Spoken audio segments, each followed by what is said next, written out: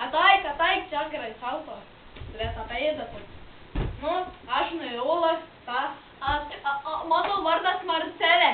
Ir mes iš kaimo, pasakyk pavadinimą. Mes iš Rokpenių kaimo. Mes labai mėgstam Rokpenį, todėl toks kaimas pasivadino. Jau turim legendą. Ir mūsų namelis kažkoks išskirtinis Rūžavas, vis su vartai Rūžavas.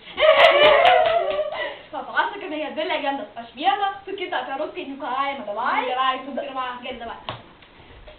Kartą gyveno dėdukas, pasistatė namą laukose, ir norėdamas valgyti, sumaišė mišinį kažkokį ten, pamiršau receptą. Ir gavosi rūgpienis. Tai vat, susidomėjo žmonės jo rūgpienių. Ir žmonės pradėjo aplinkui statytis namukus. Tad ir galas Rokpenių kaimas, nes dabar ten kiekvieną dieną pietus, pusryčiai, pietus, vakarienė ir pietvakariai visada Rokpenius. Tik aišku, gal dar buvo, bet ką nors prisideda, bet visada Rokpenius turi būti ant stalo. Nu taip, o aš papasakosiu legendą apie mūsų namuką. Gerai? Taigi apie namuką. Tu apie kaimą, aš apie namuką. Nu, tai aš dabar papasakosiu apie mūsų namuką, kodėl jisai Rūžavas ir su vardu Rūžavas. Nu, vieną kartą gyveno Kinas. Kartą? Kenas. Pasigirdo Kinas. Nu, ir atvažiavo, nu, jisai susitiko labai gražią barbę. Nu, jį atėjo, nu, ir jie apsigyvenino kartu.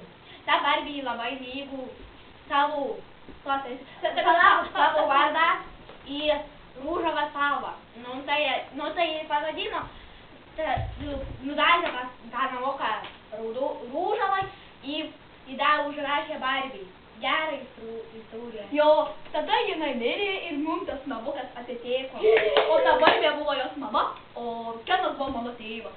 Ura! Ką čia dar papasakoti?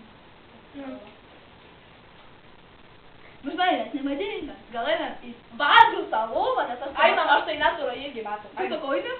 Ai. Aš tik bus. Einam tik į Badžių salomą. Einam.